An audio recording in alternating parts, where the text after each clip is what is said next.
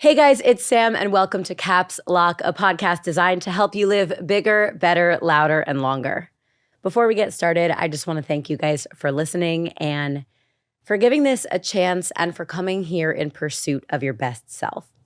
This is a space where we are going to grow together, and I hope that it helps you go forward confidently, unapologetically, and with purpose.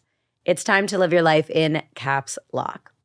If that mission feels aligned for you, hit the subscribe button so you never miss an episode, and let's dive in. Today's guest is a professional actress, content creator, and small business owner, best known for her role in Netflix series Anne with an E, and more recently for her company, Fill Your Tank, a 75-card deck featuring 150 prompts to inspire conversation and connection with your friends, family, partners, and even strangers. Now, if you're wondering what she's doing here on a health podcast, we're getting there. The summer after her freshman year of undergrad, at just 19 years old, Miranda was diagnosed with stage 3 breast cancer. 7 months, 8 rounds of chemotherapy, a double mastectomy, 25 rounds of radiation, a breast reconstruction, fertility treatments, and an egg freezing procedure later. She is in remission. And she's here. Oh, I'm going to cry. And she's here with us today to share her story. Please join me in welcoming to the show Miranda McKeon. Yay! What Hi. a beautiful intro. Thanks Thank for you. being here. I'm so happy to be here. I'm thrilled for you to be here. Yay. I feel like we should tell people how we met. Otherwise, it's like kind of like silly and fake. Some of you guys listening might know, and I'm looking into the camera, which is so meta. I was going to say, is there somewhere I should be looking? Yeah, just at me. Like Okay, no one's here it's except fine. us. Yeah, Okay. the two of us. I used to run a little retail business called Brunch Club. That was little for a while and then got a little out of hand, and I needed help. And this wonderful lady just sent me a message and was like, "Can I help?" I was like, I'll do it. Yeah, and I was like, "Really? Please, for the love of God, I need someone." And then you did such a great job. And Thanks. what's interesting too about like what we're talking about today and lining up with our timeline back then is that you got your diagnosis while we were working together. That was so insane. Isn't that crazy? Yeah, so I was working for Sam running socials for Brunch Club, Mm-hmm. and I got my diagnosis in the middle of, it was an internship. And so I remember texting you and your mom in a group chat and being Mhm. like, so this crazy thing just happened. I got diagnosed with breast cancer and basically peace out. And I was, but we were floored. Oh, of And course. we were like, "What can we do?"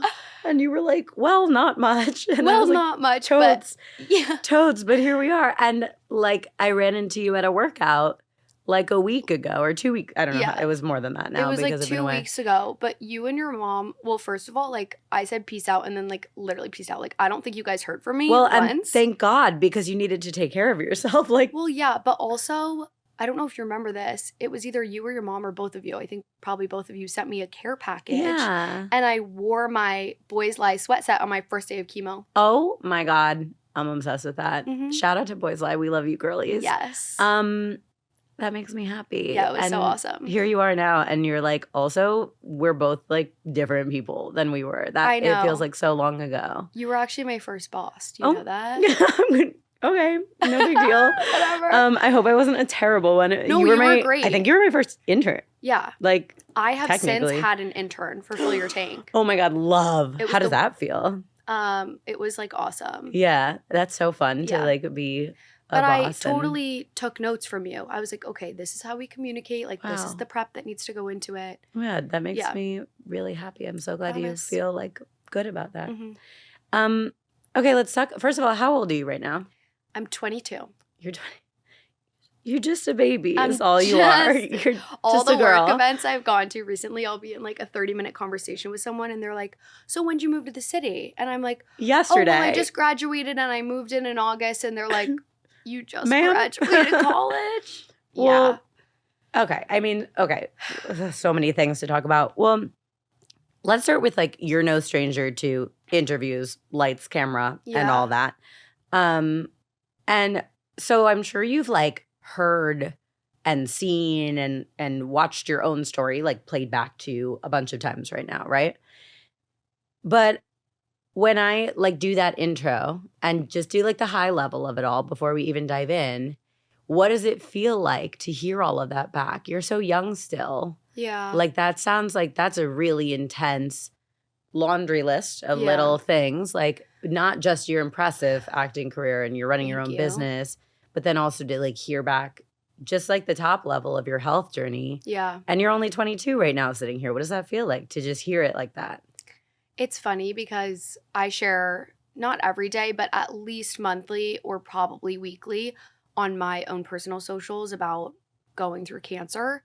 Because while it's a very specific experience, I think that the things I went through with like hair loss or insecurity in college or dating, like those things all apply to us girls, us women. And so that's why I share about it a lot. And I think I've gotten good at sharing about it. And then all of a sudden, sometimes I'll be super taken aback. And I've desensitized myself to it a little bit. Sure. But then honestly, in forums like these, I'll sit down and like when someone really asks you true, honest questions about it, which I think people are scared to talk about it, honestly. In like everyday life, you meet someone new and they're not like, oh, so I saw that you had cancer. Like, what was that like? And even there's like a million noises going on. It's like, we're not really going to talk about it. In these settings, it can get like very emotional. So like, what is that like to hear back? Honestly, when you were giving the intro, I was like, yep. Like, check. And now I think like sinking into the time, I'm like, wow, insane. I still can't believe it. Like, I think no one believes that that's ever going to happen to them. And me too. Like, I'm still like, what? That happened? And kind of when I see other people's cancer stories, I'm like, that's their thing. Yeah. Like, and then I'm like, I literally had cancer myself. Yeah, you're like, oh, what am I? Wait, tuck that hair behind your ear. Hold on a second. Yeah, well, I have heard from some people like that every time they hear about their own story, like in a context like this, or like someone's telling the story to someone else and they're sitting right there, they're like, it feels like it's happening to someone else when they tell that story. Yeah. And then other people are still like really intimately, like emotionally connected to it. And it's probably contextual, right? Like at times it's a little bit of each. Contextual, healthy balance. Yeah. What a journey it's been. So, okay. I mean, maybe let's start by going back a little and then we'll bring it all the way back to this in a kind of full circle. So you were doing some pretty legit acting as a child, like and a teenager, like very serious. You landed a role in an off-Broadway run of Little Miss Sunshine when you were what, 11? Yes. Okay, queen, go off. And then your role in Anne with an E on Netflix, you were 16. Yeah. And you worked in that role for 3 years. Now, I love to do a little science, like nerd out a little bit, and I'll go light on it today, but we know that like biologically, neurologically, psychologically, adolescence, which ranges from ages 10 to 19, which is essentially those years that you were doing those very serious acting roles, is such a formative time in a person's life because your brain is developing so rapidly and you're also kind of for the first time having experiences independent of your sheltered like family life where everything you do revolves around like your parents and your family, right? And you were doing some very like grown-up things during those years. You were working with adults and you were traveling a lot for work and you had a lot of responsibility because of that. Yeah. Now, I was like a little child actor too, but not nearly as serious. I did like a Ring Pops commercial. I saw your modeling days, like, Sam. Right. Like I was there a little bit. And it was like so much less serious than what you were doing. But I did learn some lessons through doing that I think were enormously influential for like who I am today. Like I learned how to interact with adults. I everyone says to child actors like, oh, you're so mature for your age. Right. Like you learn how to handle rejection and redirection gracefully. So I want to hear a little bit about like that can't have had no impact on your life, right? So I want to tell me a little bit about how you feel like that shows up in who you are today and how you approach your life today. Yeah. I mean, first of all, I love the science component. Nerd. And I think from a young age, once I started getting those roles, it validated that I wanted to do and could do something extraordinary with my life.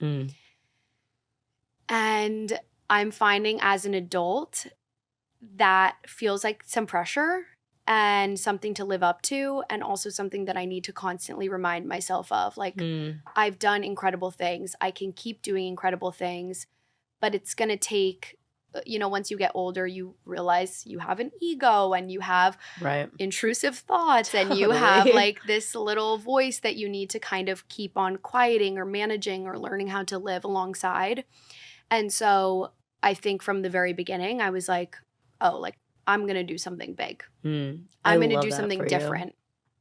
And well, we're still doing it. Like, the health stuff was totally a curveball, but I was like, honestly, like, so in line because it's just weird and it's like new. It's and outside of the it's outside norm. of the box. Sure. For sure. Tracks. Yeah, so I think that was one thing. And then I also think it taught me a level of professionalism where you're expected to be at a certain place. You're going to wake up at 4 a.m. every day and you're not going to complain. And you have budgets relying on you. You have 20 people who depend on your efficiency and your talent, and you better bring it. Totally. So I think it was a mix of all the good things that's led me to where I am. Yeah, and you're still bringing it. I know that's right. Thank you. So Anne with an E, you do for 3 years, show ends, and then you apply to USC, you get in your freshman. Yeah. But this is like 2020, yeah? Yeah. And so COVID is at its peak. Oh, yeah.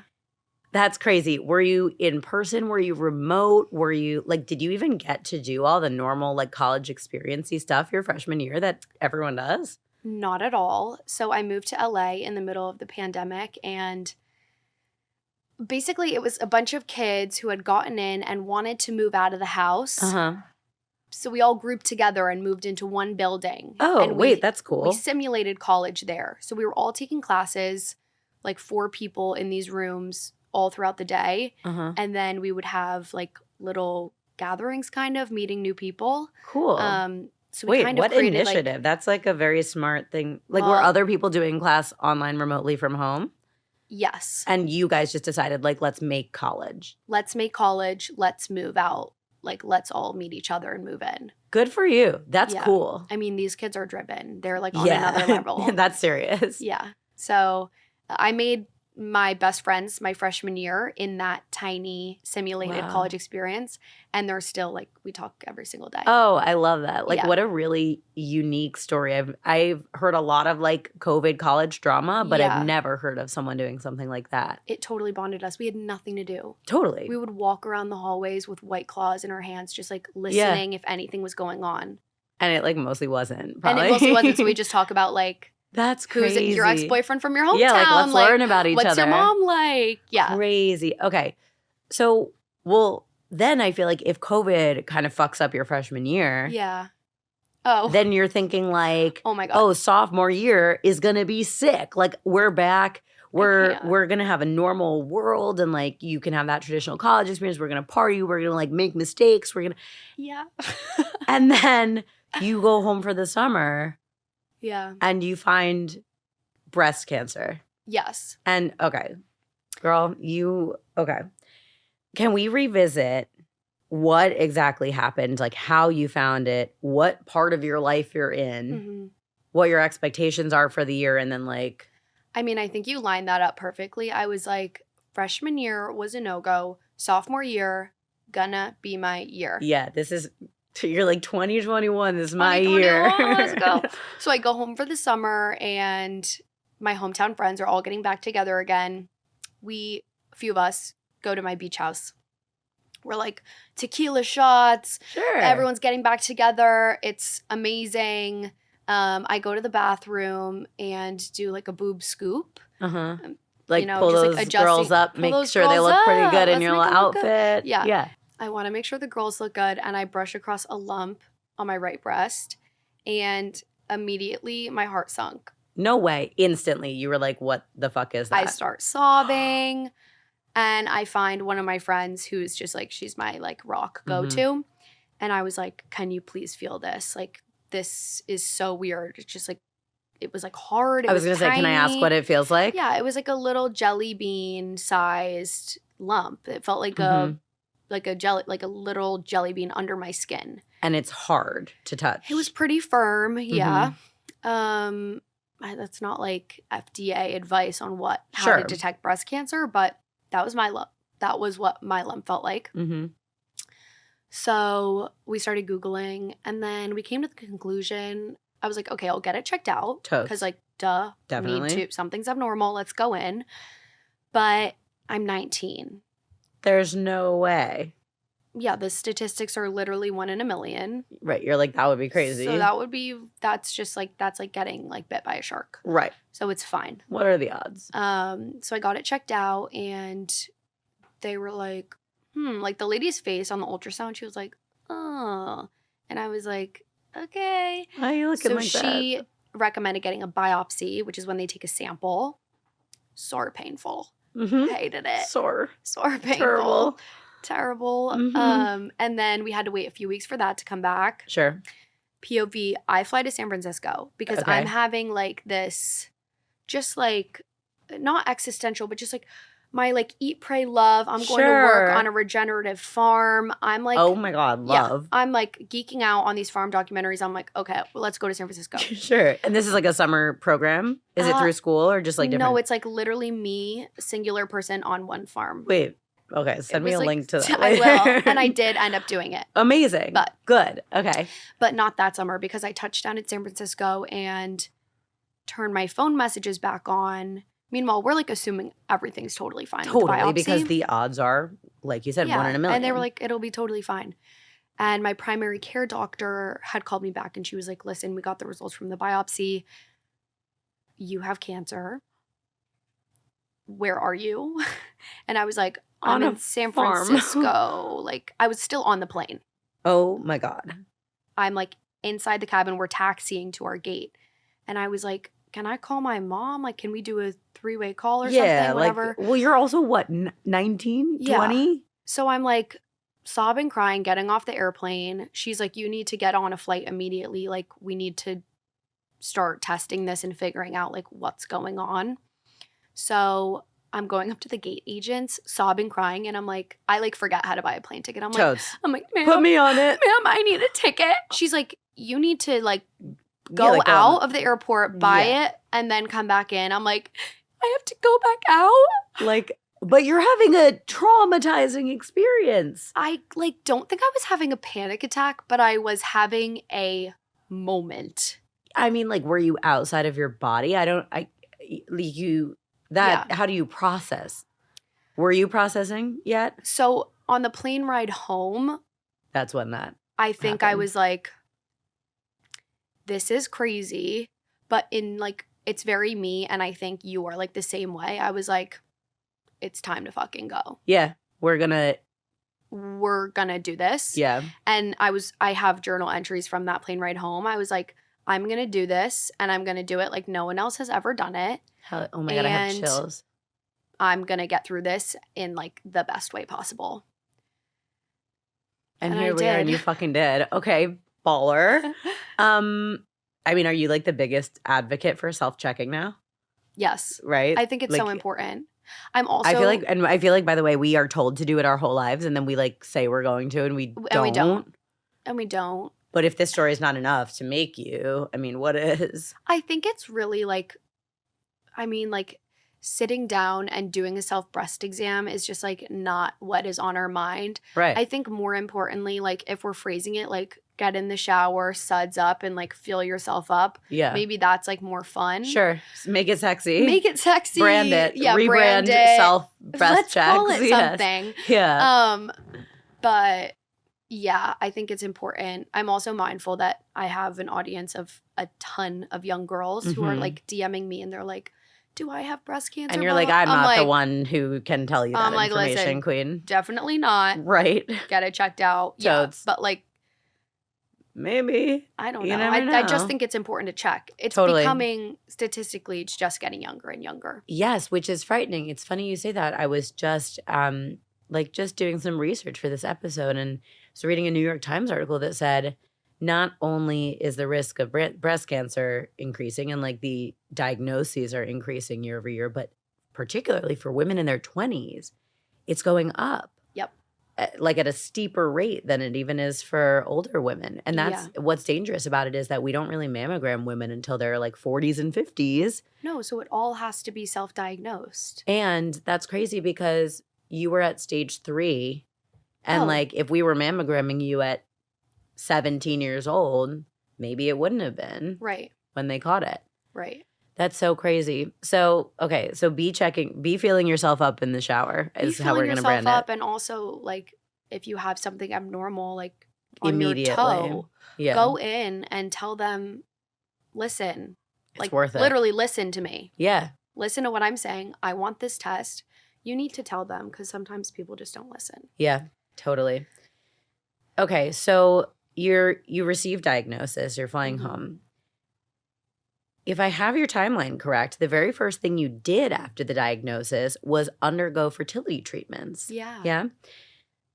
So obviously something very few 19-year-olds are thinking about. I mean, I'm 27 and I'm like just kind of thinking like maybe I should know more about my fertility. I think it's something that like largely young women are not really educated about and don't really think about until an age when they're like, okay, I'm ready to have children.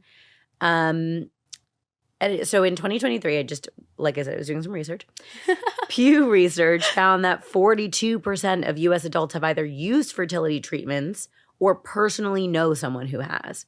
So I do think this particular like part of our conversation will speak to so many people and just like really resonate. Yeah. But can you tell me how it came about that you decided you wanted to do fertility treatments, why you decided to do it, and like what exactly you did?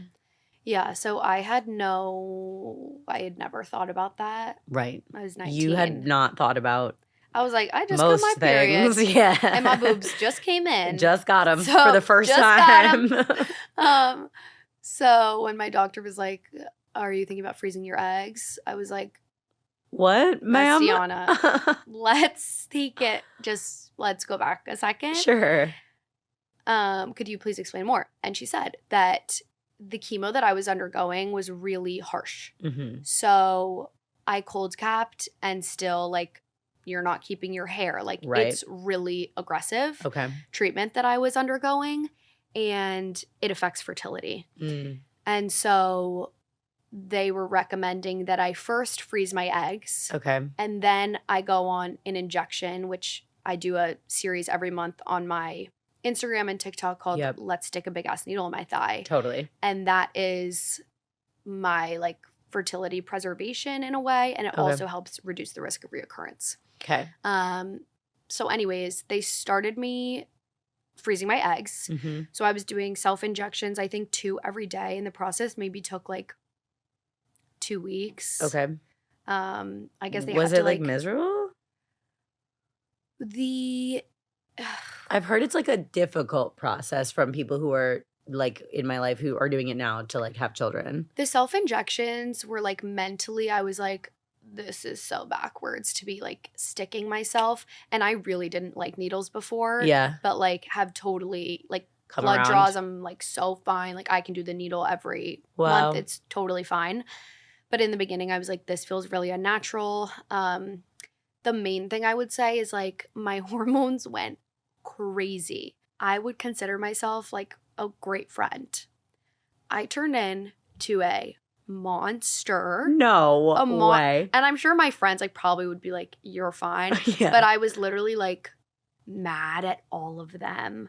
I remember like going to this one party gathering we had, and the whole time just being like seething. No way. I felt like a monster. And this is from your... It was like right before I was doing my egg retrieval. Okay. So it was just, I was being pumped full of hormones to get those eggs like as big as they could possibly be to retrieve. And I did the egg retrieval, I think on the 5th of July, and they ended up getting 7 eggs, which isn't a lot. Right. Like they retrieved them and they were like, so we got 7 eggs. I'm like, oh, like, that's a lot. And they're like, it's actually not a lot. Okay. And I didn't know like what, I still like honestly don't know what's normal. Maybe like 30 or something. Okay, but from one retrieval? they were like, your fertility like didn't look great to start out with. Wow. I was like, got it. Sure. Perfect. Okay. Awesome. You're like, I'm having a great week. Yeah, this actually. is so amazing. Yeah. I was like, I don't even know. Should I care? Like, I don't even care about like fertility. Like right, at like, that point, I was like, yet. la, la, la, la. You're yeah. It was something I'm more thoughtful about now. Totally. But also to preface, like I don't have the BRCA gene, which is the buzzword of like what if breast cancer is caused by genetics, normally people think of the BRCA gene. Got it. I and don't you have that, have and it? I don't have family history. Wow. I do have something called the CHEK2 gene, Okay. which is like they're like it's so like light. I don't know if it caused it or not. Okay. But they said maybe that's what has been affecting your fertility. Okay. I don't know. I was like blah blah Interesting. blah. Right. and Well, one you're ear out the 19. other. This is like a crazy. These are Yeah. such big things to be dealing with at 19, and your head is so elsewhere. Yeah. When I was 19, I was thinking about like what boy I was going to make out with at like the party on Friday. I And, know. like I should probably cut back on the Smirnoff ices, you know? Smirnoff Ice. So these are like Yes. big things to tackle at that age. I'm not surprised that you were not like, yes, I should really think about like my genes in relation to my fertility Yeah. and possible child rearing abilities. No. So did they make you do another retrieval, or did they save the 7 and they were like, we're going to do this? They were like, we need to start on chemo. So I Got it. started chemo. And like I could do another fertility retrieval down the line. Mm-hmm. I probably will. Okay. That's like a later thing. I haven't really put my mind on that yet. Totally. Still One 22. step at a time, perhaps. Yeah. Like we're undergoing quite a bit all at Yes. once. Okay, so that whole fertility process, I mean, it's so unfamiliar to anyone who's undergoing it for the first time, but so I'm sure like all of it was new territory. But was there anything about it that like really surprised you that you were not like completely unprepared for, and you were like, whoa? I think just all of it. I didn't know how any of it worked. And Yeah, I was I like, still don't think I know how a lot of it works. it's like the 2 self-injections, and then on like the last day you give yourself like a trigger shot to be it's like a third shot Got to it. basically like I don't even know what it does, like get everything ready for the retrieval. Mm-hmm. And then it's a pretty non-invasive surgery technically. They go in with like I think they said it's like a tiny, tiny little device. Okay. And I don't know how they get the eggs out. Sure, and then that's how they do the retrieval. For the most part, I wanted to be really involved in knowing what was going on Yeah. with what was happening in my body. And I think Sure. medically I can explain things actually pretty well. Mm-hmm. But the egg retrieval thing, I think everything was so funny or fuzzy in the beginning. Yeah, it's like funny. Funny. I was like, I mean, to each their own. Yeah. Okay.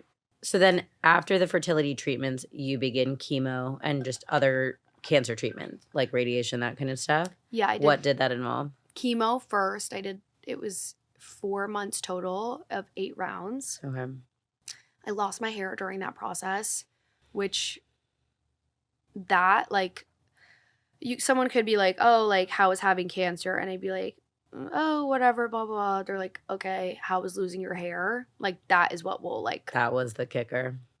ooh, Bad on the mental health, or what was it for mental you? health. Mhm. It was like, it was just hard in the middle of college. Totally. Like I was just trying to be a girl, just a and girl. my hair is so important to me. Understood. It's like an identity thing. I did not realize how much it was until I even like thought about losing it. Mm-hmm.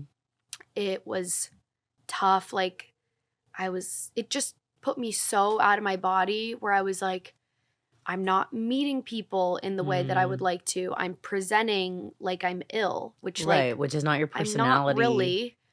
I'm like not ill. Like I was ill before when you couldn't see, when I Right, didn't when even you know I couldn't had tell. cancer. Now I'm like better than I was. Right. That's crazy. And also like my friends were hooking up with guys. I was like, what the fuck? Yeah, what I'm supposed to be mind doing fuck. this. Yeah. And yeah, totally. It was just so hard emotionally. And that's when I started going through like mental health problems. Yeah. And I it mean, was like, you must have felt like isolated. Like you're the only one this is happening to. Everyone else around you is doing the normal 19-year-old stuff. And I like, literally felt like I was on a different planet. yeah. Was that weird for like just spending time with your friends or like talking to boys or like? It was tough for a little bit with friends because we would be like, we're not going to talk about cancer all the 24/7, time. thank God. Totally. No one wants that. You don't want that. No. Right. I think in little moments where people are like, oh, the self-tan, like all over my fingers, I'm like, girl, there Like, are that is bigger not a problems problem. here. Yeah. But I think ultimately that gave me like such great perspective of just like what problems are. Yeah. I actually, this very water bottle kept in that very bag the other day, spilt over, fried my whole laptop. Like upsetting, but like you not know, really. yeah, in the grand scheme. I'm like, my laptop's fried. Thankfully, I'm in the position to buy a new one. If I Right. wasn't, it would be a totally different thing. But like, Right. I'm not going to get upset. I'm not like, my laptop's fried. That's it. Right. I could be sad about this for the whole day. And I could be so anxious about shelling out, what are they now? Like $2,000, yeah, whatever, like $1,500. But like, that's not going to help giving Right. my emotions over to that stupid fried laptop. Mm. Like, it happened. Let's just keep going with our day. Yeah, like your one bad moment doesn't have to turn into a whole bad day. Why? That is such an important key topic. Yeah, and I think it happens to everyone. Like, one little thing will happen and like in the morning and then your whole day's gone. Yeah. But I heard someone say recently, like, if you were eating, you know how like cookies or crackers come in like a sleeve? Yeah. They were like, if you got to like the third cracker and it was like all cracked and like crumbled, Yeah. would you throw away the whole sleeve or would you get rid of that cracker and eat the rest of them? That's like, I was like, whoa. crystal clear. Yeah, seriously. Nothing but like a what visual metaphor. I know, but like what a good perspective shift. Yeah. Like, it really does It's put into real. perspective. Like, you can buy a new laptop today. Like, you're going to be, and then you're back on track. Yeah. You're right back to it. We're And okay. like, of course, like so lucky to be in that position. But like, guess what you can't do is just like throw a bunch of money at cancer. Yeah. So I think that Really is true. some really good perspective for people to have. So I actually watched my mom fight cancer twice. I don't know if she ever told you about that. And there were a couple of physical impacts that I saw her struggle with the most, and hair loss was one of them. She lost her eyelashes, she lost her eyebrows. Yeah. Like, that was hard to watch. But there were a lot of other side effects too that I feel like people don't talk about or know about. Like, Yeah. I think when people think of cancer, they think about the hair loss. But Yeah. she also had like neuropathy, Real. which was like, Yeah. for anyone who doesn't know, it's like numbness and tingling and sometimes like pain in Yeah. your extremities Yeah. too. And I had never even heard of that. It's something she suffered for years and is like very common issue for people undergoing cancer Yeah. treatment. What was like the physical toll of your treatment? Like, didn't you Aside- have menopause? Oh, I'm still in medically induced menopause. And Okay. I will be for like What? 4 more years. Okay. Actually, it depends. I could be for longer. So tell us about the whole physical toll this took and has taken. So many other side effects that have lasted longer than when I was in actual treatment. And a lot of them have to do with menopause. So Okay. like literally actually 1 second ago, I was having like a hot flash and I'm like, Wow, you're chilling too. Like, I didn't notice, Chilling. but you must be used to it. yeah, it's totally fine. And then another thing that I didn't, this is like TMI for some people, but I'm like so fine talking about This it is now. the place to do it. A huge byproduct of being in menopause is having vaginal dryness, Wow. which Didn't know. I was like, ooh, why am I having really painful sex? Totally. And I was like bleeding every time. Ugh. And it was so uncomfortable.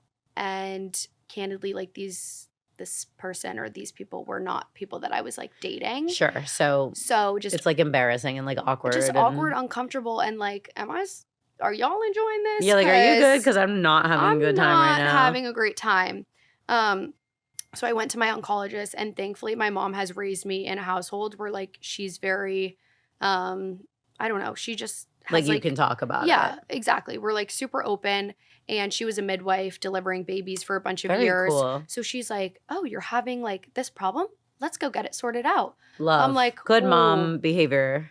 Oh, I Mhm. just love her. And Queen. so I went into my oncologist and got a prescription for vaginal estrogen. Okay. We're getting into it. Yeah, hit it, girl. But I started using that. Literally changed my life. No way, right away. Like, what is it? It's a cream Okay. that you put on. Mm-hmm. And I think within like I wasn't sexually active at the time, so I wouldn't really know. Right. But now, like, everything's okay. Chilling. And I forgot, like, I'm like, wait, so everyone's been having great sex for the past yeah. 3 years? Okay, but like amazing reminder. I know. I'm like, wait, this is awesome. Wait, I enjoy having sex. Wait, I love having sex. Everything's great. This is perfect. Wow. See, like these are so- things you would never know about. Well, here's the thing. I'm very grateful that I was brought up in a household with a mom who's comfortable talking about it. Sure. But I think so many women are extremely sexually repressed. We don't Yeah. talk about the stigma. We don't talk, like, Totally. the amount of years and self-courage it took for me to say vaginal dryness. And be comfortable just saying it out loud in the world. Holy shit. And still Yeah. I have this, like meta moment where I'm like, am I really talking about this? Yeah, like hanging over your But head. I think so many women are sexually repressed and are having bad sex. Yeah, and because of menopause. totally. Or a million other things. And Or just a like aren't million other comfortable talking reasons. about it because we've been conditioned to think it's inappropriate It's or gross, like it's taboo. shameful, Yeah. it's dirty. Like, Yeah. all of these things we've been told that are really, I normal. think. Yeah. And kind of like canon events. Yes. Like you're telling me like every single person's having similar experiences and we can't Just talk about it? Yeah. I think it's time, girls. Okay. Ladies, welcome to the podcast. Welcome to the podcast. That's so interesting. Can you tell me why? I guess I'm not quite understanding why you're on induced menopause. Yeah. What does it That's do? a really valid question. What does it do? So my cancer fed off of estrogen and progesterone. Okay. And when you're in menopause, those two hormones are quieted down in the body. So I'm in medically induced menopause to prevent reoccurrence. To starve the cancer. To starve any cancer that could possibly form again in my body. Got it. Okay. That makes Yeah. perfect sense. I just, It doesn't. it's Without right, context, it right, doesn't make it sense. You're doesn't. like, so why are you So in I'm like, why menopause? did they do this to you Yeah. after you've already been suffering? That's Yes, crazy. It's good. So, like, slight shift, I guess, related to the physical experience that you were Mhm. going through. Saw the People magazine article. Yeah. This is a plural. And one in particular said that you felt that you had to keep moving your body even when you really didn't want to hmm because your physical symptoms and your pain and just like Yeah. discomfort was so much worse when you were not moving your body, when you were like resting and like dormant. I've always been like of the belief that movement is medicine, but I feel like this is a pretty clear example of that, right? Yeah. What kind of like movement were you including in your practice? And like also how did you find the motivation? Like weren't you fucking tired? Such an amazing question and is never really asked. But yeah, they have done so many studies that the people who are moving at higher rates through cancer treatment tolerate symptoms better, tolerate treatment Wow. better. Like they are so much better off Wow. than people who are staying dormant. Yeah, people And- don't talk about that. I feel like it's always like rest, like, and when people say like, quote, take care of yourself, I feel like the implication is like lay down, Yeah. No. not the that. vibe. Go for walks. Some days it's like, I am going to go for a walk down the driveway and back up. Sure, totally. I even There- have days like that, Yeah, and it's like let's walk down the driveway and back. Other Right. days, and the way that chemo works is like you get chemo and then like the next day you're filled with like steroids. So Okay. I would actually feel really good. I would clean my Oh, whole room. Wow, I would write on my a blog. lot of energy. A lot of energy. I'm like, I just fucking got chemo. Blah, blah, blah. Yeah, And then it starts to get worse day by day. Day 5 is like we are walking down the driveway and back. Sure, we're at not, best, We're yeah. binging mm-hmm. anything we can Mhm. on TV. And then you slowly get better. So the day Okay. before chemo is always like you're feeling good. Okay, So I would force my parents or my friends to come to Barry's boot camp with me, love. which was amazing. Love. And I was feeling like people think you're like sick all the time. Yeah, Depends on the type of chemo sure. and the person and all of that. I was feeling good. So that was Wow. plausible for me. So that was like my one big workout every 2 weeks. Love. Other than that, like maybe it was some light stretching or Sure. a yoga flow. Something gentle. Sammy Clark, Melissa Wood Health, like love all those girls. Yeah, same. And so I would do stuff like that. Mainly just like kind of like Pilates stuff. I wasn't really Yeah. lifting weights yet. That's something I do now Okay. for bone health Great. and just in general. So like good for you. I love lifting weights. I love to hear that. But I found my love for movement after having cancer. Got it. So you Yeah. were not like inclined really to be a fitness girly or like a wellness girly prior. Well, I was so bad at sports. I was on the C team of everything. Okay, she was an actress, ladies I and was like, gentlemen. let She was me a just theater quit kid. and become a theater kid. 'Cause Totally. I'm done being on the C team. Relatable. Wait, that's hilarious. Yeah. Okay, so you discovered your love of movement as a Yeah. result. Maybe a little silver lining. No, it totally is. And now you're into it. I mean, when I ran into you, for those listening, when I ran into you like 2 weeks ago, it was at a Pilates class. Of course. Yeah. And by the way, my first real reformer situation. Yes. Which I love. It's complicated the first time. It was a little bit. I was watching everyone and just copying They're them. like, pull the strap over your knee and then loop it through your second toe. Literally. Extend. And I was like, I'm sorry, where's the strap? Yeah. Can we back up? Well, that's amazing. And like, obviously the physical toll it all takes sucks, but like incredible that you found something that like helped you work through it. Totally. But I also feel like obviously this conversation would be so half-assed if we didn't talk about like the emotional kind of journey. And I feel like it was, I mean, there's diagnosis, treatment, recovery. It was probably such a roller coaster. Yeah. Talk to me about like the ebb and flow of how you were feeling inside during all of it. I think in the beginning I was feeling really good. Motivated or what? I was feeling unstoppable. Wow. What an interesting reaction. And I think it's a common thing for people who have had cancer. Interesting. Because I think your brain goes into like, it's like fight or flight. We're either going to like resign or we're going to just boot up and we're going to get it. Mm. So I had this drive in the beginning. Once the hair loss started, I was like, here we go. Yeah. So it was around round 5 or 6 of chemo when I decided to stop cold capping, or essentially stop trying to preserve my hair and just let it go. You just embraced it. That I was like, that's when I like really hit a little bit of a rock bottom. And I was like, okay, I need to see a psychiatrist. Yeah. Because I feel like I'm going to feel like this for forever. And no like light at the end of the tunnel. No light at the end of the tunnel. So I saw a psychiatrist and got a Lexapro prescription. Hell yeah. And I was doing therapy the whole time. And then really just like talking to family and friends. And they gave me such a safe space like to just cry. And I was crying all the time. So I'm sure that was a little bit of an energy suck for them. But like they love you and they want, yes, you know, and they want to give you we that. all show up when people are going through things. Totally. And I've seen like firsthand how to be shown up for. Therefore, you know how to show up. I know how to show up. Totally. So What that's a like cool. gift that is that they were able to give you. Totally. Yeah, I mean, my next question was going to be like who and what got you through it. Yeah, Lexapro, For people best and friends. Lexapro. Totally. Well, and I think that's interesting too, because there are kind of two camps on the antidepressant thing, which is like, one, try everything before you try medication. But like, I've had people close to me in my life who did try everything before they tried medication, and they were not getting better. Yeah. And when they did try the medication, it almost just like gave them the space to do those other things, if that makes sense. Like when it's all so heavy, you can't do the other things because you're so down. Yep.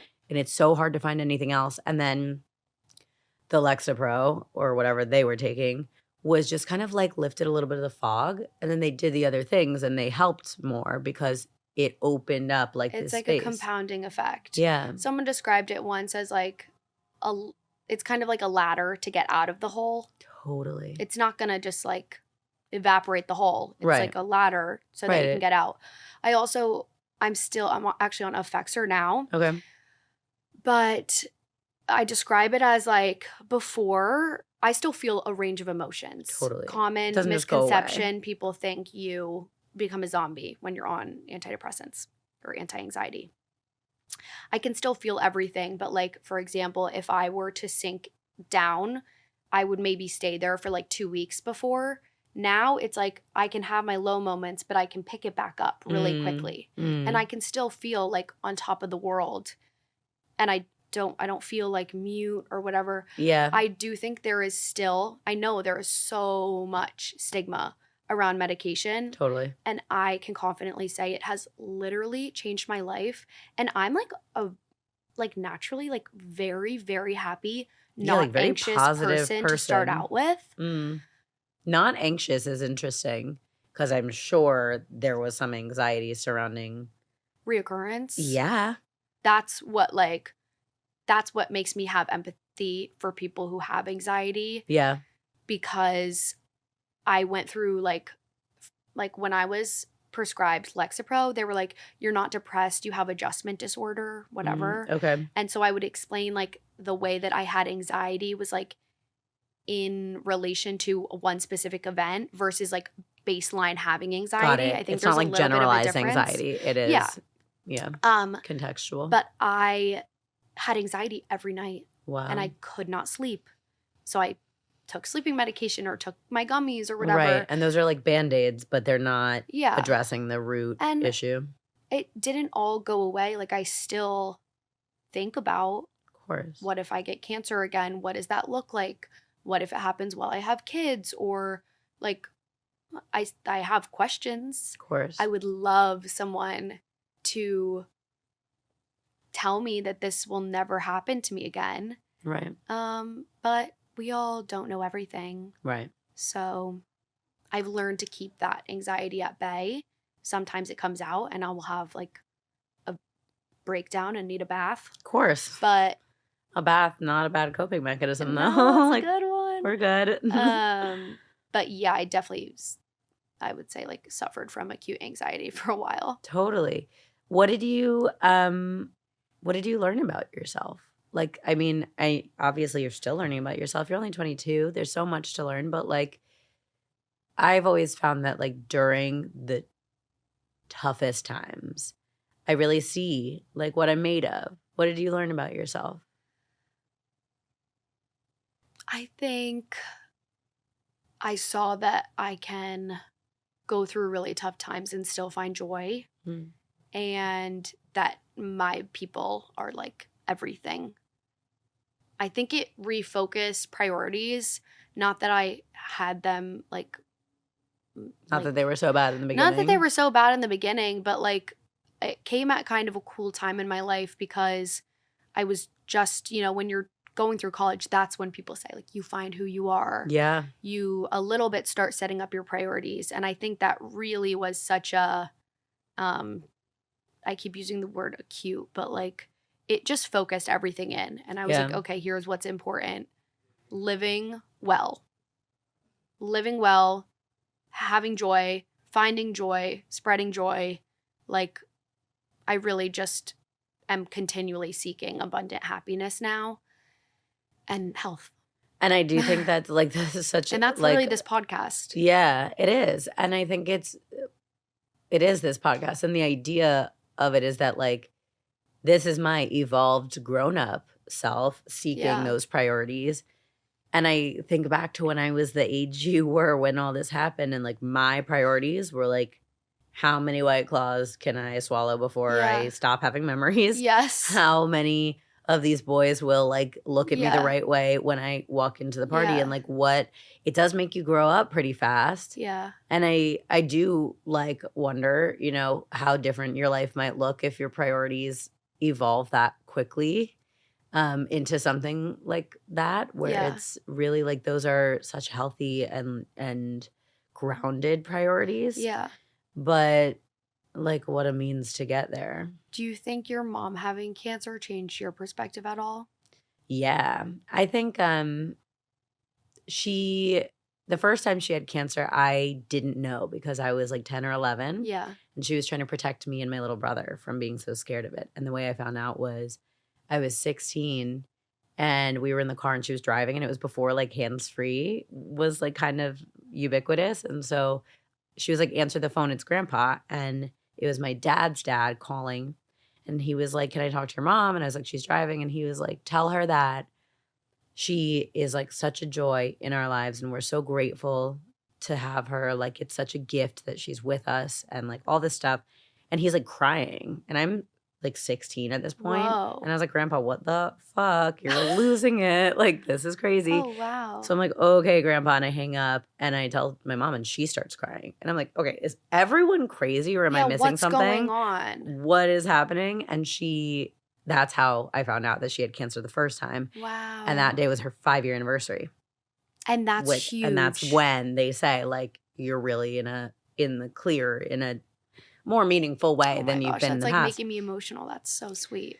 And then the second time she had cancer, it was the same cancer. The first time she had an chemo, she had had a procedure to remove the cancer cells. But, you know, if you only miss 1 or 2, I'm sure you know better than anyone, they can repopulate. Right. So they like float around in your body, they stay, and then they repopulate. And she came to visit me at school. I was like 20 at this point. And she was kind of like, you know, I have been getting some like my ankles have been swelling up and it seems like it might be like blood clots. And interesting. She was like, I think maybe like there's something kind of bigger about it and like all this stuff. And she was, I think, like hoping I would like get it. And I was kind of like, oh, that's weird. Like, you should go to the doctor. Yeah. And she was like, uh-huh. And so, like, when you ask, like, did it change my perspective? I think I was just so naive. Yeah. And, like, I was like, oh, that's weird. Like, why are you Yeah. still talking about it? Like, go see your doctor. Like, it's probably nothing. And she was like, yeah, I have cancer again. And I was like, oh, okay. Okay.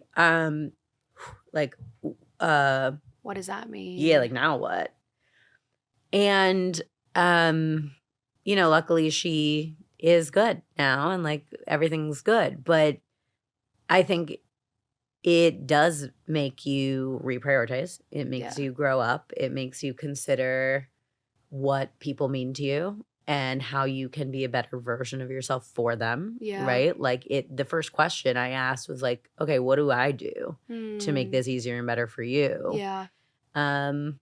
So I can only imagine like when it's happening to you, how everything changes, like your relationship to yourself, your identity, your understanding of who you are and like what you set out to do. And I feel like, I mean, it must have given you such purpose in your life to face this and then to kick its ass.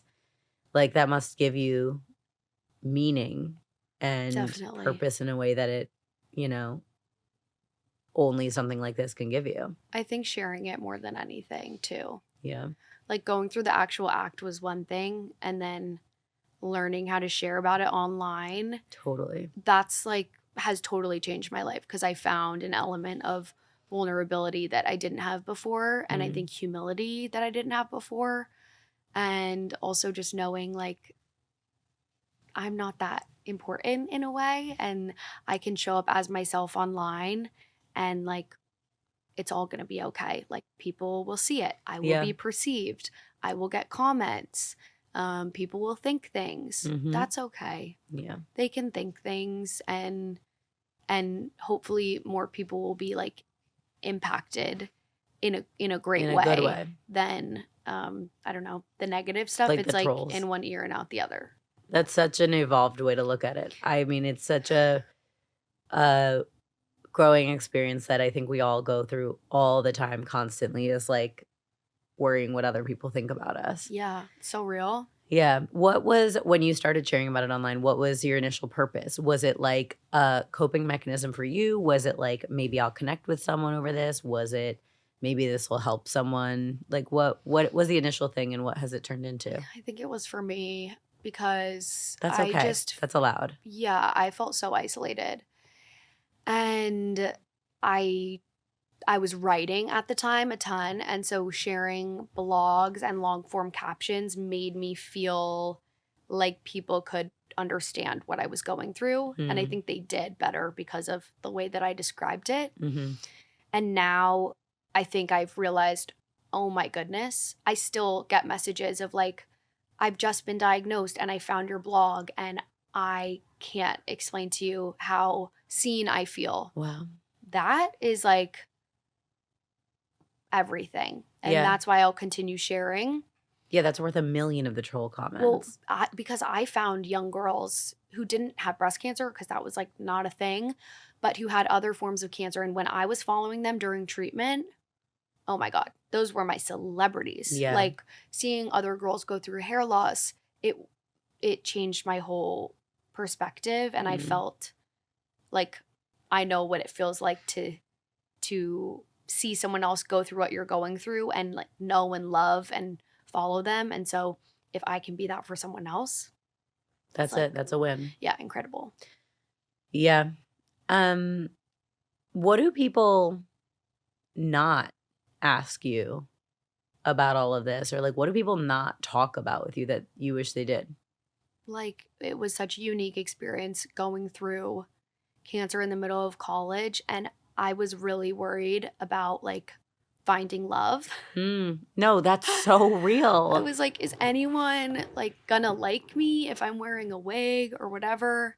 And I realized like, you know what? Like personality carries. It sure does. I was kissing boys in a wig. Hell yeah. It was great. And I think because I grew like so much myself, I realized that like I want that level of depth in a partner as well. Yeah. And so that like cleared things up. And I have a wonderful and amazing boyfriend now who's like awesome. And Amazing. I also like had a weird thing where I was like, whoa, I've been through so much. Like, will I ever be able to be with anyone truly and connectedly and authentically because they weren't there, you know? Like they didn't experience it alongside me. Yeah, my best friends, my parents, like they were there. They saw me like break down. But how do I be with a partner when they haven't Wow, that's a great point. been there? What did you find when you considered that? Well, I didn't find one until recently. And he is like such the right person for me right now in that like he was so gentle and curious from the beginning of like asking questions, but polite, of course. Like in the beginning was like, I don't communicating, like I don't know how to ask these questions or I don't know how to ask you about this. And even that was like, wow. Like, yeah, like you care. Yeah. And I think when you love someone, like you want to know all the parts of them. And so, I mean, that's what love is. It's like we don't have to have our partner like see us come out of the womb just to like know all of you. Yeah. We're always going to have stuff that we go through before, during, in private or with girlfriends that they can't totally understand, but I think it's the effort in trying to understand. Yeah. And like I feel like in a way who I'm with now, like he kind of cares for that past version of me as well. Yeah. He's like taking care of all of the yous that have come and gone. Yeah. That's so beautiful.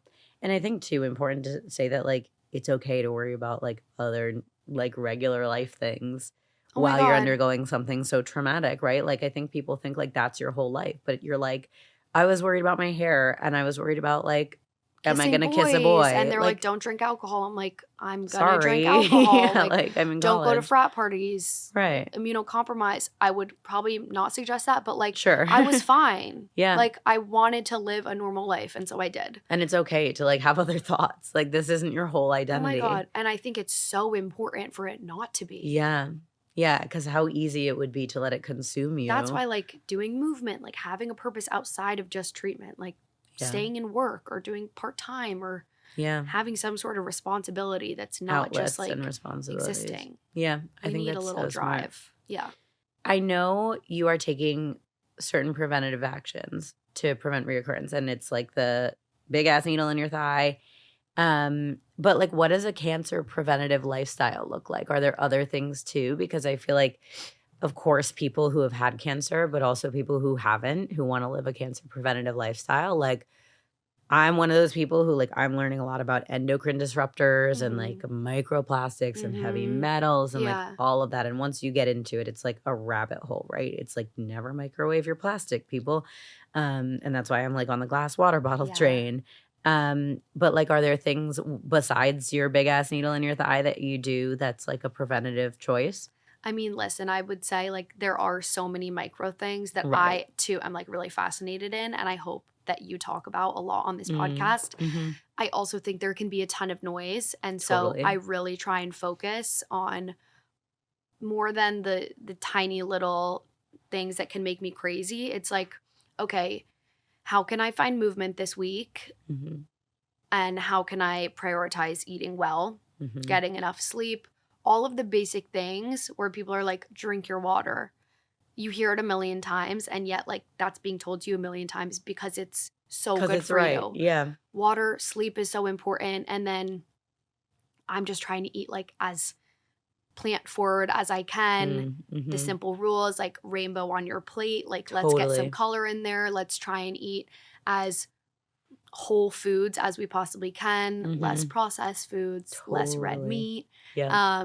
And then weightlifting is so good for us. A mix of everything. Like, I love that because it just like simplifies it. I think people do get in the weeds on like no plastic water bottles and like this and that and like never microwave your food. But it's also, like we need to be happy too. Like, I eat a cookie every night. Yeah.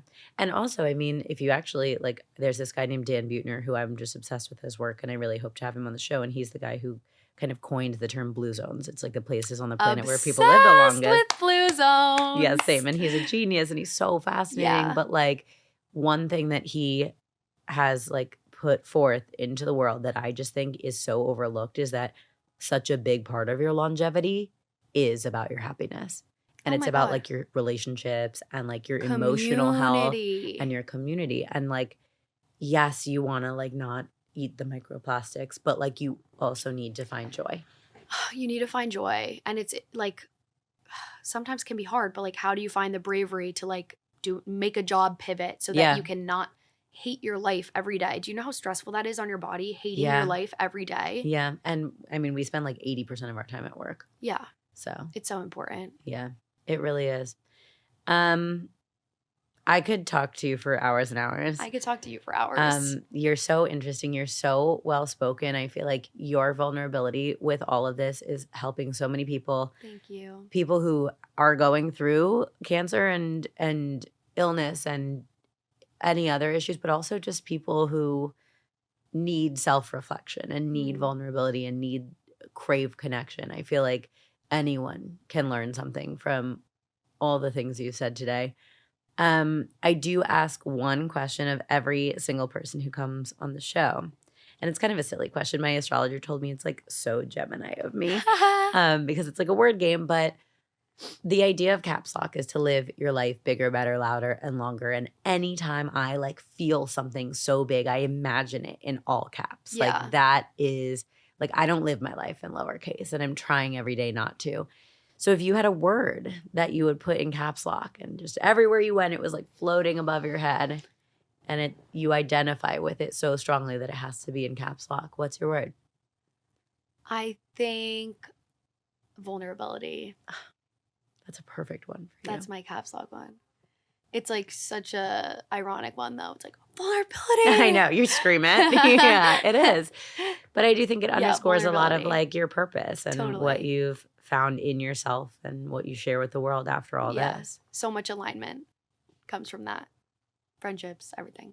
So good. Thanks, Miranda. Thank you. I appreciate you being here. Thanks for listening, guys. Talk soon. Woohoo! That was so great. You're magical. Was awesome. You're magical.